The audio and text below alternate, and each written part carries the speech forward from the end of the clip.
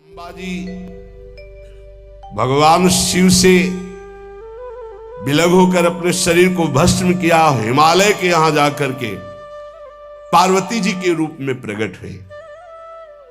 हिमालय पुत्री पार्वती बाल्यावस्था से ही निरंतर ध्यानस्थ रहना शिव अनुराग में।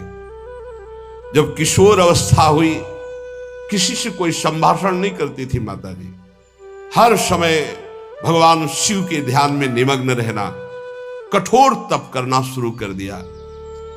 जो बिल्व पत्र सूख कर गिर जाते थे, माता जी उसको अपने मुख में रख करके पा लेती। एक बिल्व पत्र, अपर्णा, शरीर सूखने लगा। माता जी का नाम अपर्णा। भारी तपस्या।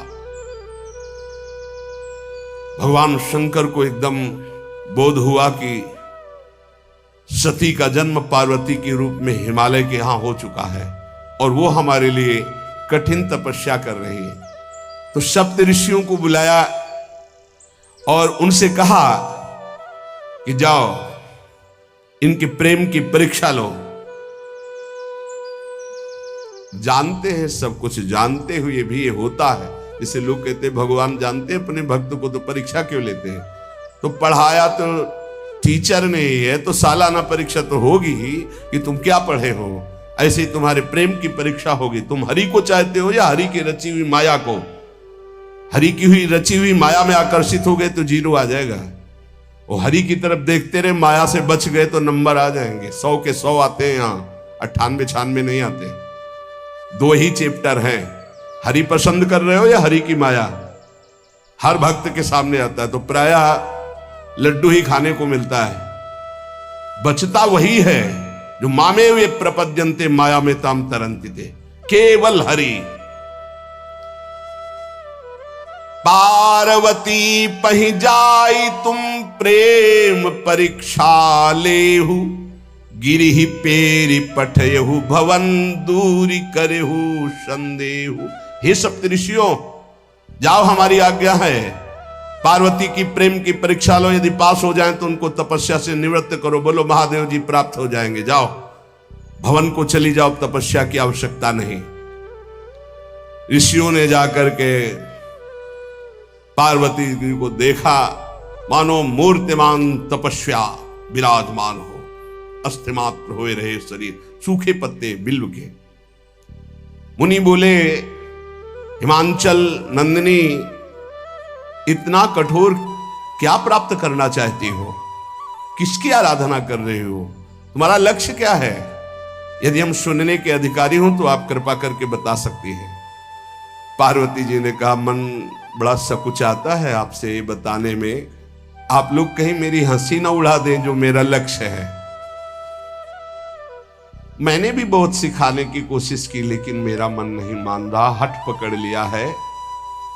क्योंकि मेरे गुरुदेव ने मुझे जो आकर के बचपन में बता दिया, मैं वही हृदय से स्वीकार कर ली। मनु हठ परा सुनई न सिखावा, चहत बारी पर भीति उठावा। नारद कहा सत्य सोई जाना, बिनु पंखन हम चाहि उड़ाना। मुनियों, वैसे आप भी हंस दोगे। ऐसा लगता है जैसे हम भारी प्रबल धारा में बालू का बांध बनाना चाहती हैं। कहां भगवान शिव और कहां मैं? मेरे गुरुदेव नारद ने बचपन में आकर के कहा तुम्हारे पति देवाधिदेव महादेव होंगे। बस मैं तब से अपने पति की प्राप्ति की आराधना कर रही हूं। पता नहीं आप मेरी बात सुनकर हंसेंगे कि मानो बिना पंख के मैं आकाश को छूना चाहती हूं। ऋषि हंस पड़े और कहा, बात तो सही है, पर्वत से उत्पन्न हुई हो तो इसलिए तुम्हारी बुद्धि भी हमें लगता है जड़ ही है। नारद के उपदेश से आज तक किसी का घर बसा है? नारद के उपदेश से किसी का घर बसा है? अरे जिस जिसका उपदेश किया उसको बैरागी बना दिया, गृहस्थी तो बनाया नहीं। नारद उपदेश सुनकर किसी का घर बसा हो ऐसा तक प्रमाण नहीं है। देखो दक्ष के पुत्रों को उपदेश किया, 10,000 एक को 1,000 एक, लौट कर नहीं आए, सब बैरागी बन गए। चित्रकेतु को उपदेश किया, घर चौपट हो गया। प्रहलाद जी को उपदेश किया, पूरा हिरण्यकश्यप का नाश हो गया। नारद सीख जे सुनहि नर नारी, अवसी होई तजी भवनु भिखारी। तुम्हारे गुरु नारद जी की जो सीख सुना बर्बाद हो गया, बाबा जी बन गया, भजनानंदी बन गया। वैसे हम बताएं, नारद जी हैं बड़े कपटी, ऊपर से साधु का चिन्ह है, अंदर से कपट। क्या कपट? उसके संसार का नाश कर देते हैं, भगवान से जोड़ देते हैं। मुझे नारद जी की बात कम समझ में आती है। ये उल्टा बोल रहे ऋषि परीक्षा के लिए, गुरु निष्ठा हटाने के लिए, समझ रहे हो? पार्वती जी ने कहा बचपन में मेरे गुरुदेव ने बता दिया, वही मैं। नारद जी की बात आज तक घर किसका? जो नर नारी नारद की बात सुने भवन त्याग करके भिखारी बन गया, प्रमाण है। उनके वचनों पर तुम विश्वास मान रही हो। महादेव जी को पति निर्गुण नीलाज कुबेश कपाली, अकुल अगेह दिगंबर ब्याली। नारद जी ने तुम्हें भगवान शिव को पति बिल्कुल निर्गुण समझो। निर्गुण को बता, दूसरा भी अर्थ होता है और एक अर्थ होता है कि कोई गुण नहीं। नीलाज, नंगे धड़ंगे घूमते कभी कभी। दिगंबर, कोई लज्जा नहीं। कुबेश, भाई सुंदर मुकुट लगाए हो, पोशाक पहने हो, नहीं, चिता की भस्म लगाए, मुंडों की माला पहने, बहुत बाघंबर डाल लिया, ये कुबेश है। कपाली, मनुष्य के मुंडों की माला। अकुल, आज तक कोई पता नहीं लगा कि किस कुल के हैं महादेव जी, क्योंकि सब कुलों के मूल है, मूल का मूल वही है, उनके मूल कोई है नहीं। आगे एक दीवाल नहीं है, 60,000 योजन का एक बरगद का पेड़ है, उसी के नीचे रहते। 60,000 योजन, 1 योजन 4 कोस, 1 कोस 3 किलोमीटर। कितना बड़ा वटवृक्ष? कैलाश में एक वटवृक्ष जिसके नीचे रहते 60,000 योजन का। 6 ऋतुएं शोभा देती उसी वटवृक्ष के। और कोई घर तो है नहीं महादेव जी के। और आभूषण भूल मत करना, बड़े बड़े विषैले सांपों का आभूषण कोई सोना चांदी नहीं पहनते महादेव जी। हमें लगता है ऐसा दूल्हा के लिए ऐसा तप। नारद जी ने ठग लिया तुम्हें, पागल बना दिया तुम्हें। देवाधिदेव महादेव के सुनो, इन्हीं ने शिक्षा दी थी सती को। ऐसे बौरे पति मिले, आग में जाके शरीर भस्म करना पड़ा। इसलिए हम तुम्हें बता रहे हैं कि बहुत सुंदर दूल्हा हम देख के आए हैं। हम जान गए थे कि तुम तपस्या कर रही हो। हरि का नाम सुना है? बैकुंठ में रहते हैं, बहुत सुंदर हरि है। यदि उनका आप वर्ण कर ले तो सुखी हो जाएंगे। बैकुंठ राजधानी, अब आभूषण उनके क्या कहना, पार्षद सही। ऐसे शिव जो चिता की राख लगाते हैं, सांपों की माला पहनते, मुंडों की माला, सांप का जनेऊ, बाघंबर, हमें तो पसंद नहीं आए। और हमारी बात मान लो, ऐसे के पास स्त्रियां टिक नहीं सकती जिनके घर नहीं, आभूषण नहीं, धन नहीं, कोई भोग सामग्री नहीं, उदासीन, उनको किसी से मतलब नहीं। तो सुनो, हमारा विचार स्वीकार कर लो।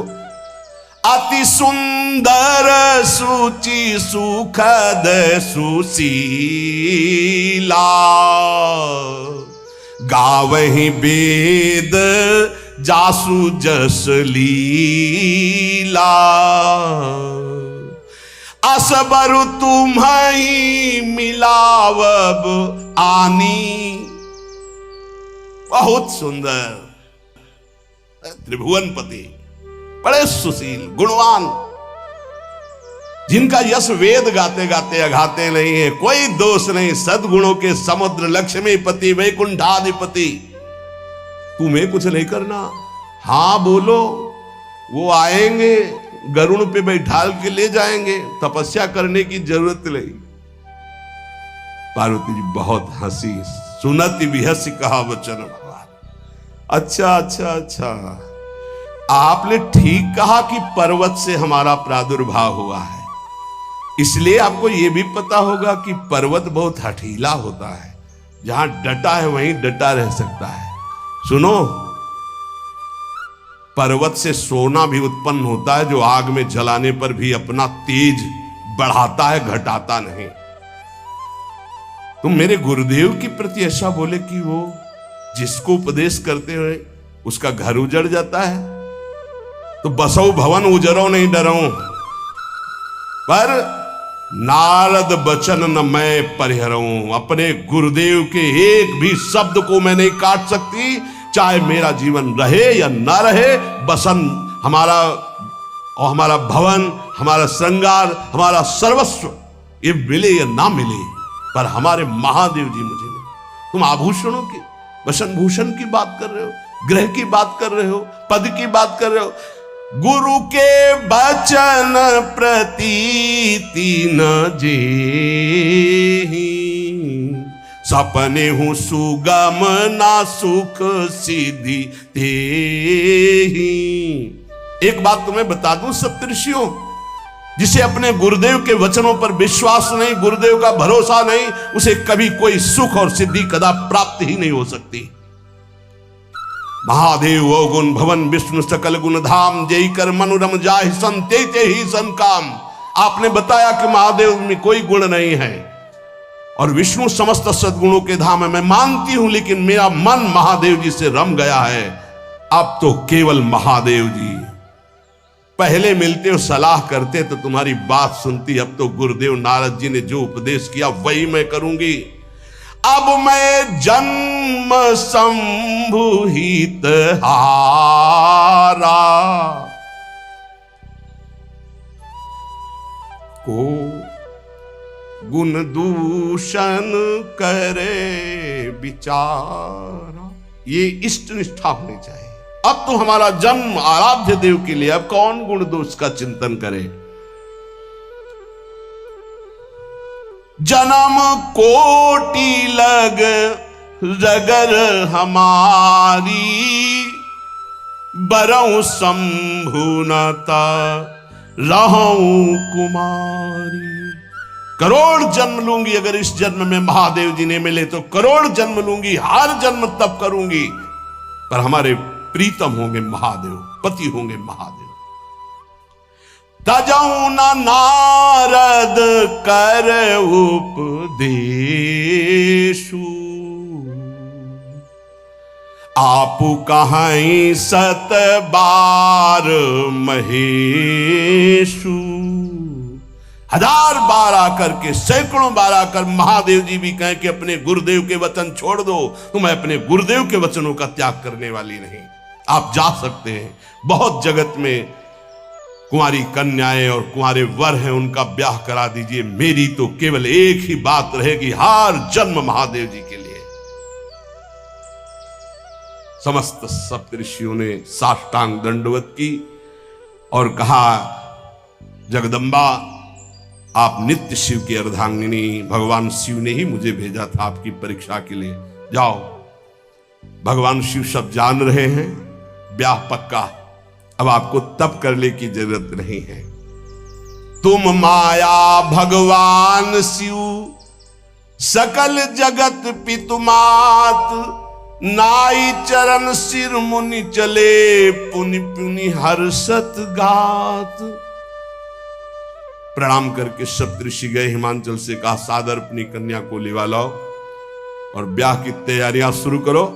महादेव जी ब्याह के लिए पहले से ही राजी हैं और समस्त देवता ब्रह्मा जी आदि उनके पास जा रहे हैं प्रार्थना करने के लिए। इधर जब पार्वती जी को लेकर हिमालय अपने घर पे आते हैं, तब भगवान विष्णु, समस्त देवता, ब्रह्मा जी कैलाश पहुंचे, जहां भगवान शिव विराजमान थे। सबने स्तवन किया और कहा, प्रभु बहुत दिन से एक लालसा है, सकल सुरन के हृदय शंकर परम उछाहु, निज नैनन देखा चाहे नाथ तुम्हार विवाह। भगवान विष्णु, ब्रह्मा जी, समस्त देवताओं ने कहा, प्रभु हम सबके मन में एक उत्साह है, आप दूल्हा हो, हम सब बराती हो, आपका विवाह देखना चाहते हैं। प्रभु ये उत्सव देख ले तो हमारा जीवन सार्थक हो गया, आप हां बोलो। कामदेव के मद को चूर करने वाले आपको दूल्हा रूप में देखना चाहते हैं हम सब। स्वामी का स्वभाव होता है सेवक को सुख देना।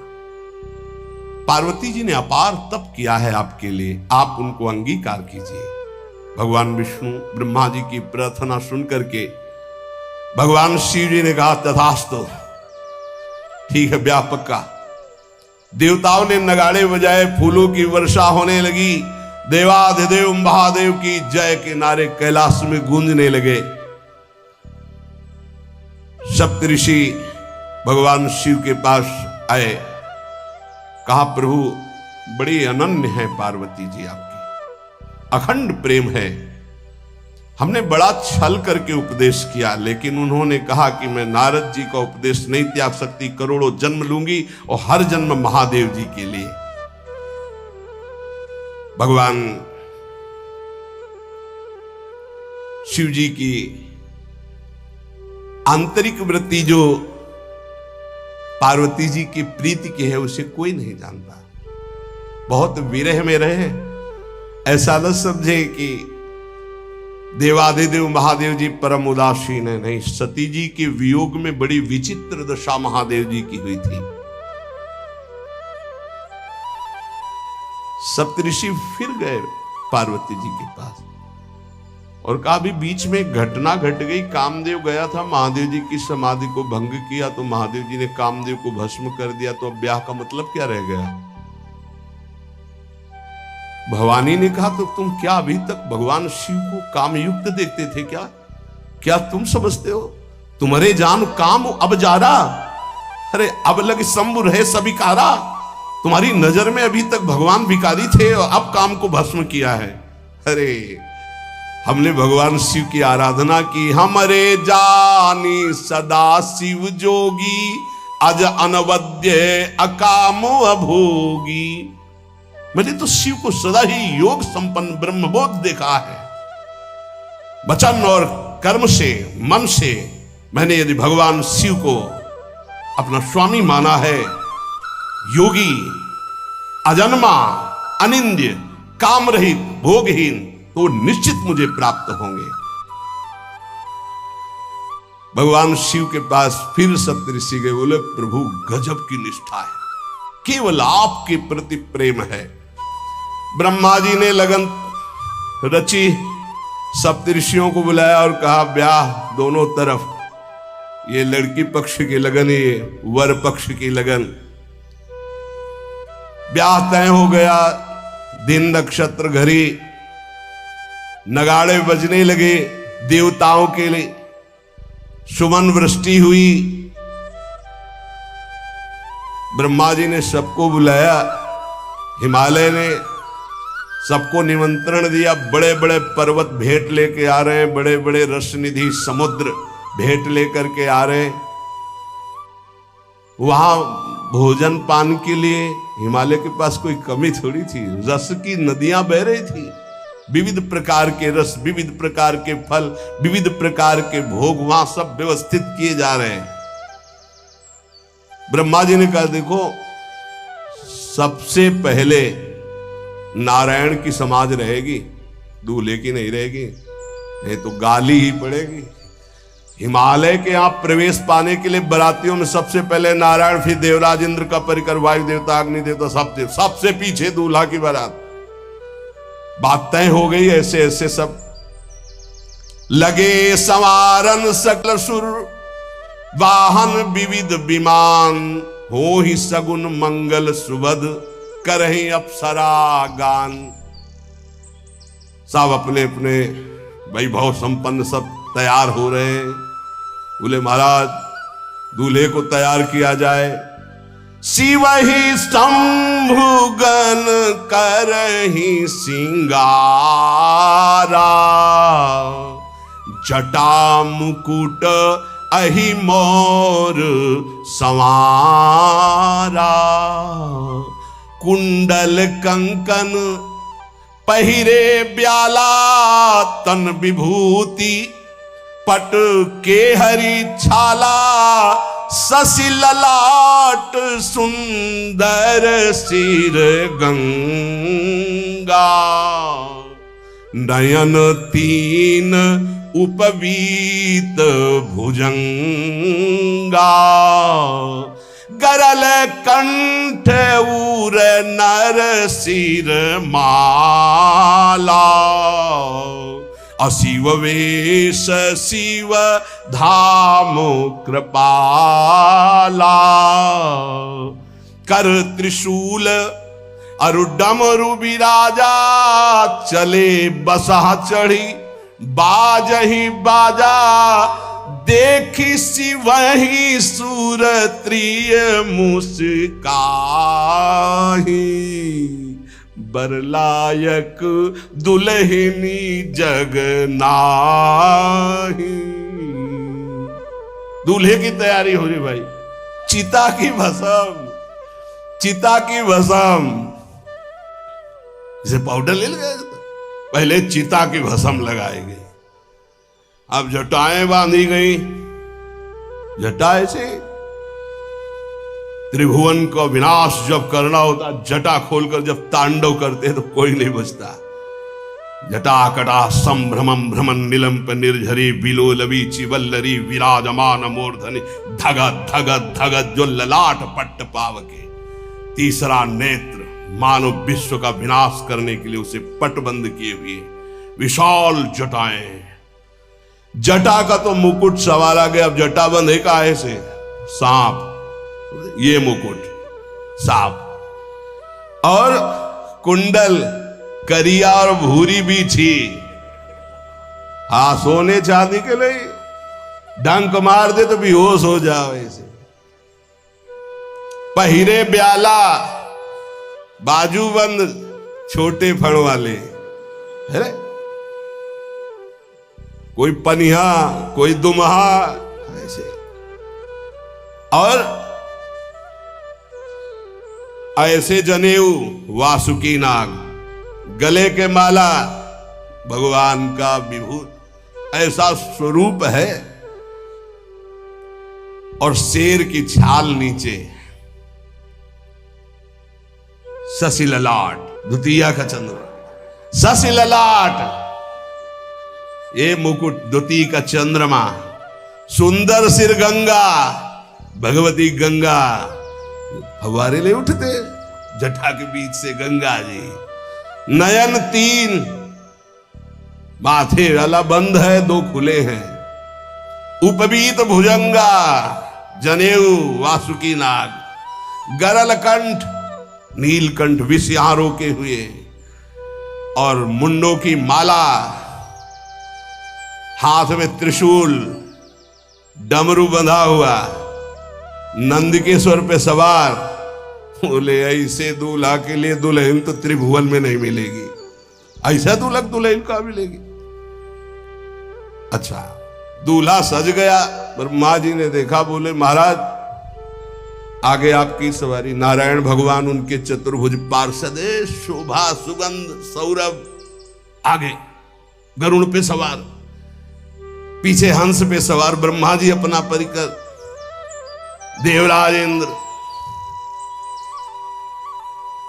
भगवान विष्णु जी दूल्हे की तरफ देखे। बोले महाराज विष्णु कहा अस बिहस तब बोल सकल दिशराज। बिलग बिलग होई चलो सब निज निज सहित समाज। कोई भी दूल्हे के पास मत फटको, पीछे रहने दो, सब अलग अलग समाज चलो। नहीं पानी नहीं मिलेगा हिमालय के अगर आगे ये हुई तो। अब तो वर अनुहारी बरात न भाई, हंसी करहियो पर पुरजाई। नारायण ने कहा कि दूल्हा के अनुरूप ही हम सब बराती नहीं भैया, दूल्हा सबसे पीछे, सब बराती क्रम से पहले हम, फिर ब्रह्मा जी, फिर देवराज इंद्र, से सब। भगवान शिव ने कहा तुम अपने पार्षद सब लिए हो, तो हम बुलाते हैं। श्रृंगी निकाली, जे ही बजाया तो भगवान शिव के पार्षद आ गए। शिव अनुशासन सुनि सब आए, प्रभु पद जलद शीस तिन, जय हो महाराज की आज्ञा करो। अरे बोले विवाह हमारा बहुत दिलों से आओ। भुचप्पा जैसे देखो ना, अगिया बैताल। हाँ अब कैसे शिव के बराती हैं, जरा ये आगे पार्टी तो निकल गई बंदनी। ये जो भगवान शिव ने बुलाया बरातियों को, अपने साथियों को मुखहीन विपुल मुख काहू, बिनु पद कर को बहुपद बाहू, विपुल नयन को नयन विहीना, रिष्ट पुष्ट को अति तन खीना। किसी के एक को मुख नहीं, केवल मांसई का पिंड है, और किसी के पूरे शरीर में मुख है। किसी के एक भी हाथ पैर नहीं है, लुढ़कता चल रहा है, और किसी के बहुत से हाथ पैर हैं। किसी के नेत्र नहीं है, किसी के बहुत नेत्र हैं। बड़ा विचित्र। किसी के हड्डी है तो कोई बहुत मोटा है, कोई बहुत पतला है। तनखीन को अति पीन, पावन को अपावन, गति धरे भूषण कराल कपाल, कर सब सद्य सोनित तन भरे। खरस्वान सुअर सुकाल मुख गन भेष, अगणित को गने बहुजिनस प्रेत पिशाच, जोगी जमात वर्णत नहीं बने। पिशाचिनी खून लपेटे नाच रहे, भगवान शिव का विवाह। और भूत और किसी के सुअर के मुंह, किसी के कुत्ता के मुंह, किसी के गधा के मुंह। बड़ा विचित्र भेष भगवान के शिव के पास। नाचहि गावे गीत, कौन अप्सरा गंधर्व नहीं, परम तरंगी भूत हो, ऐसे बच रहा है। ये गान हो रहा, हड्डी हड्डी है भूत की। भगवान शिव के सामने नाच रहा गान, कैसा शोभा होगी। खून लपेटे पिशाचिनी, अगिया बैताल, रोड लाइट, अगिया बैताल, भगवान शिव की बारात। भूत प्रेत बड़े मौजियल, स्वामी का विवाह हो रहा है, खूब छिड़क कर नाच रहे, देख ले तो मूर्छा आ जाए।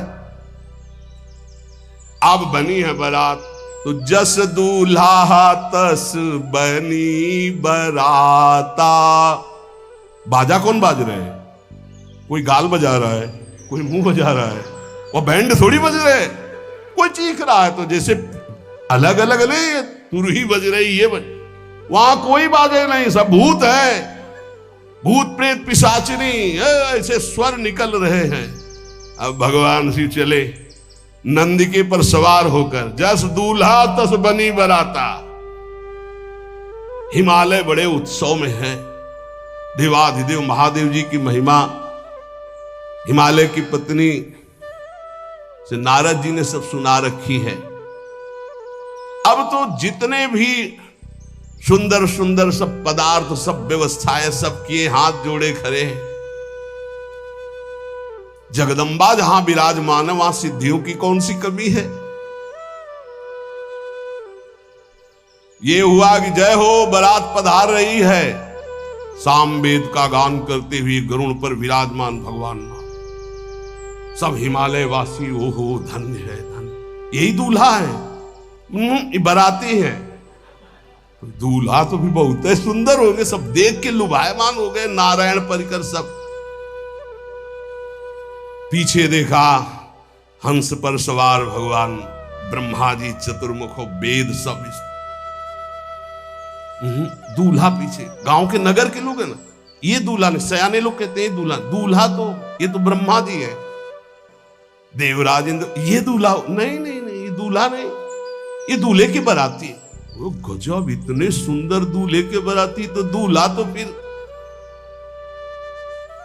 बहुत हृदय में आनंद है, उत्साह है। नगर की बालक बालिकाओं नववधुओं को ऐसे देख रहे, दूल्हा कौन है ऊपर से चले। जब सब निकल गए तो बहुत हृदय में आनंद था कि अब दूल्हा के दर्शन होंगे। जोई दूल्हा की पार्टी आई, शिव समाज जब देखन लागे,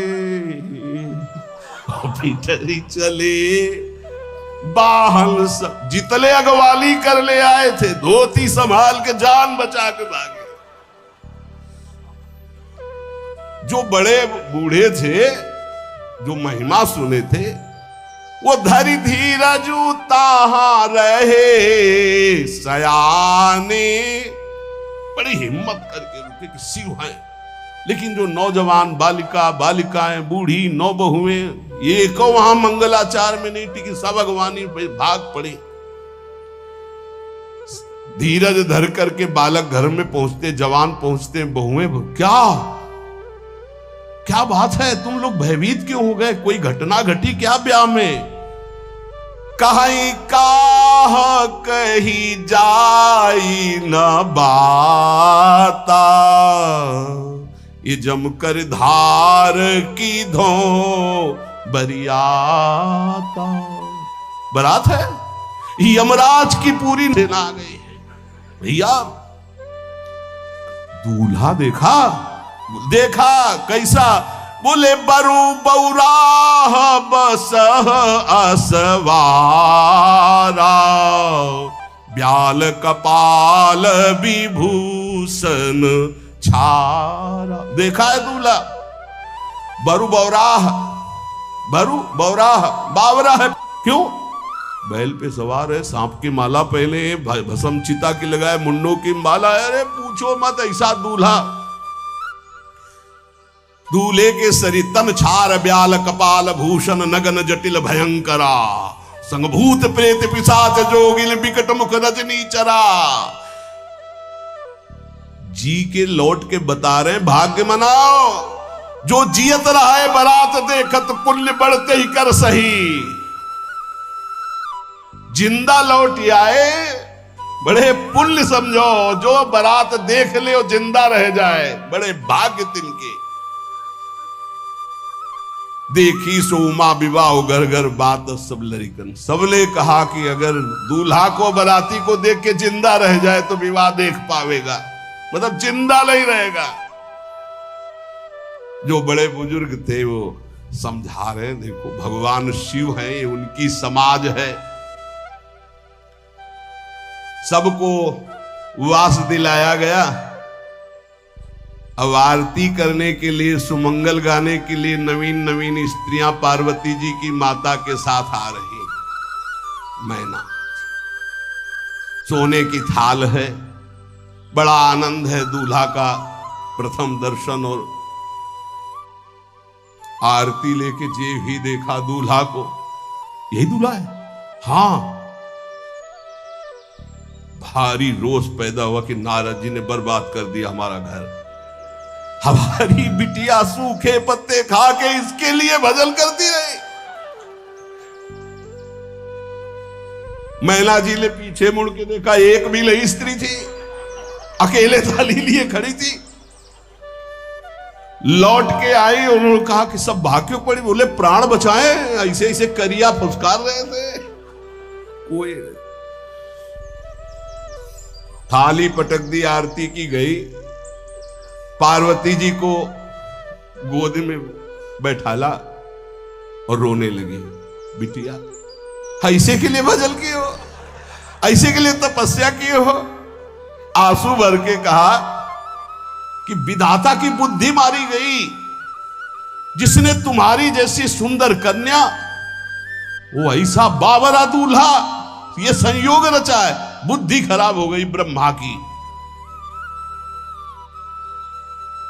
कसकीन बरु बौराह विधि जय तुम्हें सुंदरता। त्रिपुर सुंदरी भगवती पार्वती जी अरे जो फल लगना चाहिए कल्पतरु में वो बमूर में लग रहा है।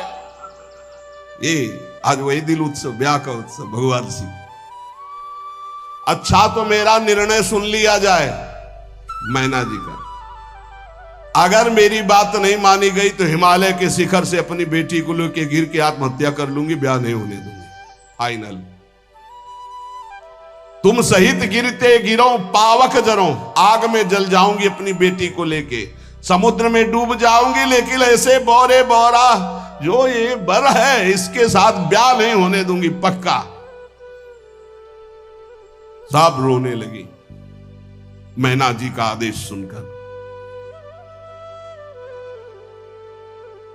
मैना जी कहती हाय मैंने नारद जी का क्या बिगाड़ा था, नारद कर में काह बिगाड़ा, भवन मोर जिन बसत उजारा।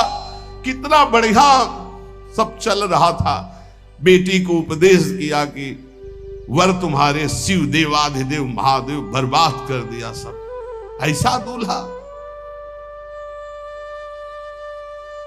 सच्ची मैं ठगी गई नारद जी के द्वारा, पर अब अपना घर बर्बाद नहीं होने दूंगी।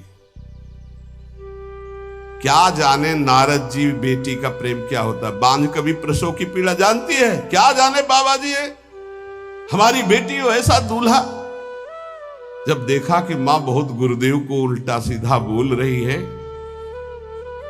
तो उन्होंने कहा माता विचार पूर्वक, जननी ही बिकल बिलो की भवानी, बोली जुत विवेक मृदुबानी। मां विचार पूर्वक, तुम क्यों ऐसा आलाप कर रही हो, अगर मेरे भाग्य में ऐसा पति लिखा है तो तुम टाल नहीं सकती। कर्म लिखा जो बाउर नाहू, तो कत दोष लगाई काहू। तुम सन मिटे की विधि के अंका, व्यर्थ लेहू जनि मातु कलंका। मां मेरे भाग्य में ऐसा ही लिखा है, आप व्यर्थ में क्यों रो रही।